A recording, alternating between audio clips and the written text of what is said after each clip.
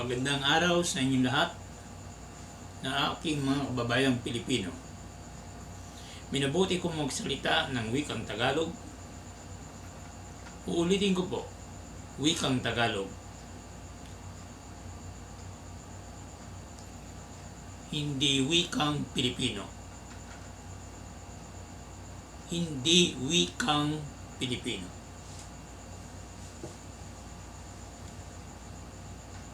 Wika Tagalog. Ako po si Danilo Igano Gregorio, ikatlong anak ni Mauro Irania Gregorio ng May Kawayan, Bulacan, Clarita Samutya Igano ng Biliran, Cabocgayan, Leyte. Isa po akong manunulat ng kasaysayan, guro, dating kawal ng Sandatahang Lakas, dating kawal ng Pambansang Konstable ng Pilipinas, at dati ring kasapi ng Kapulisan ng Maynila. Ako'y lumaki sa Tondo, Maynila, at ako'y nakapag-aral sa kolehiyo sa pamamagitan ng sariling pagsisikap. Bakit ko po ito sinasabi sa inyo? Una, ako po sa araw na ito, aking talagang pinag-isipang maging tahimik ang bawat paligid upang maipadama ko sa inyo ang tunay kong layunin. Ang sabi ng marami, at ito ay tanyag na wika o pananalita sa ating lipunan ngayon, vlogger. Gagamitin ko na po yun sapagkat iniisip ko ba kung paano itatagalog yung vlogger. Opo, nagnais po akong mag-vlog dito sa social media sa pamamagitan ng YouTube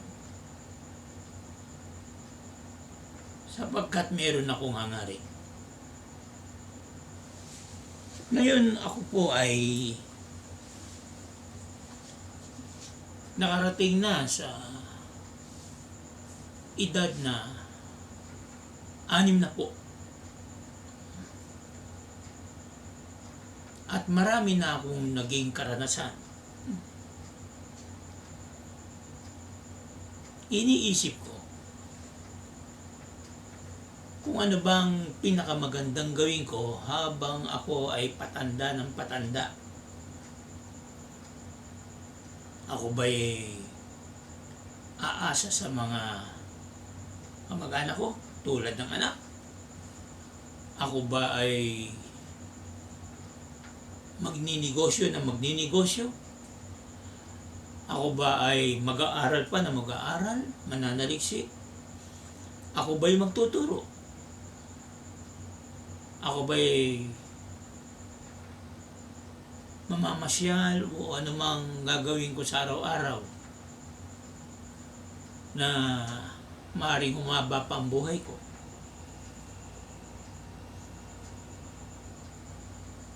Meron po akong naging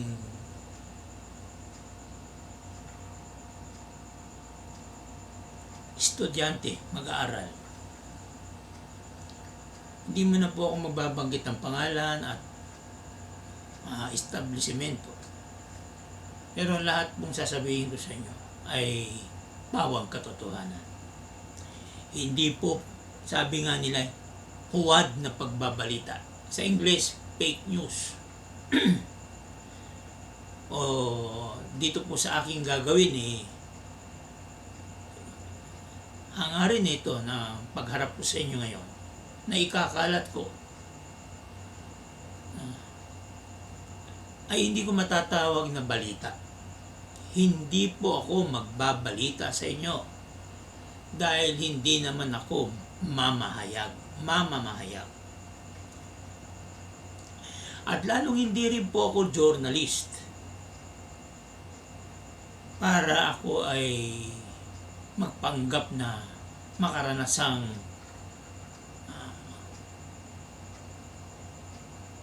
nagbabalita. Hindi po.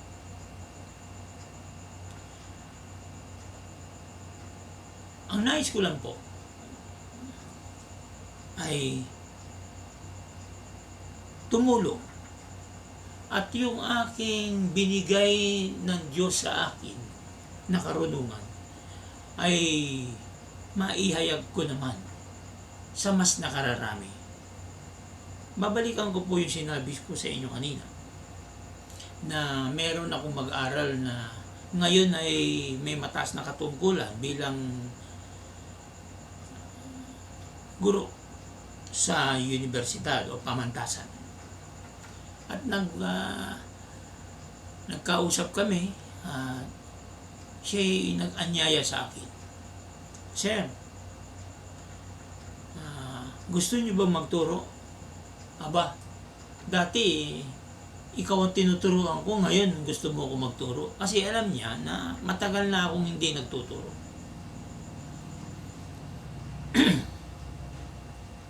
Yan sabi ko, ang bala ko ay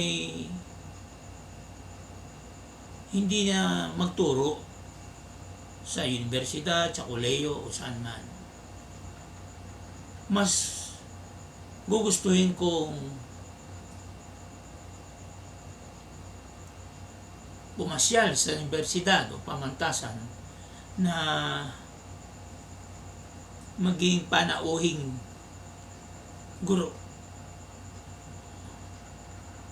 guest lecturer sa English. Bakit? Upang magpahayag ng mga natatanging paksa na hindi yung parang nasa loob lang na silid. Mga paksa na hindi na ituturo o hindi tinuturo ng normal na aralin sa koleyo. Koleyo po ako nagturo, hindi sa elementarya o sa mataas na paaralan. High school sa English. Koleyo ang aking tinuruan. Kaya sa madalit salita, ikinikwento ko sa inyo ang bagay nito. Mas gusto ko pang magturo dito. Bakit? Dahil hindi lang estudyante sa isang lugar, sa isang probinsya, sa isang syudad ang matuturuan ko. Malawak. Lahat ng nakikinig at gumagamit ng YouTube. Di ba? At ang aking estudyante ay hindi lang estudyante ng mga bata sa akin, kundi lahat ng mamamayan na gustong makinig. Matanda siya, bata man siya. So, tuloy-tuloy pa rin ang gusto kong mangyari. Maging guro ako ng masa. At hindi mamamasukan sa paaralan para magturo kapalit ang sahod. Huwag masasaktan ng guro sa akin. Ako po kasi ay bilang sumusulat ng mga kasaysayan. May nakilala akong isang masasabi kong bayaning hindi masyadong popular sa atin dito. Hindi masyadong naituturo siya. Hindi ako magbabanggit muna at malawak ito ang aking pakay lang po una ngayon sa araw na ito ay hindi magbigay ng kahit anong paksa sa inyo. Ang gusto ko sa unang pagharap ko sa inyong ito na aking inirereko ay makilala nyo ako. Bakit ako narito? Ano ang aking layunin? Sino ako? At ano ang mga plano ko na sasabihin sa inyo? Para po sa akin yun ang mahalaga. Hindi po ako vlogger na pagbukas nitong inyong napapanood, magpapaksa ako sa inyo kaagad ng mga tinatawag na nangyayari sa lipunan. May pagkakaiba po ang aking hinihiling na itong pagharap sa inyo na aking gagawin na isa sa katuparan. Bakit po? Sapagkat hindi po ako magpapaksa dito kung ano ang popular na usapin sa lipunan. Ako po ay magpapaksa detalyado per kategorya. Ang ibig ko sabihin, magbibigay po ako sa inyo ng pinakapamagat ng aking papaksain at ang paksa na ito ay tatapusin ko. Kung meron man kayong katanungan, pwede nyo naman po na mag-comment at sasagutin ko. Hindi po ako perpekto, tao lang. Kung merong bagay na hindi ko alam, didiretsuhin kita. Sasabihin ko, hindi ako mangangahas, hindi ko alam. Sapagkat isa po yan sa akin natutuhan bilang guro. Maraming guro, kahit hindi alam, pinangangasan. Magsabi ka na lang na hindi mo alam. Huwag kang mangahas kung hindi mo alam. Sapagkat ang maliit na kaalaman ay kamatayan.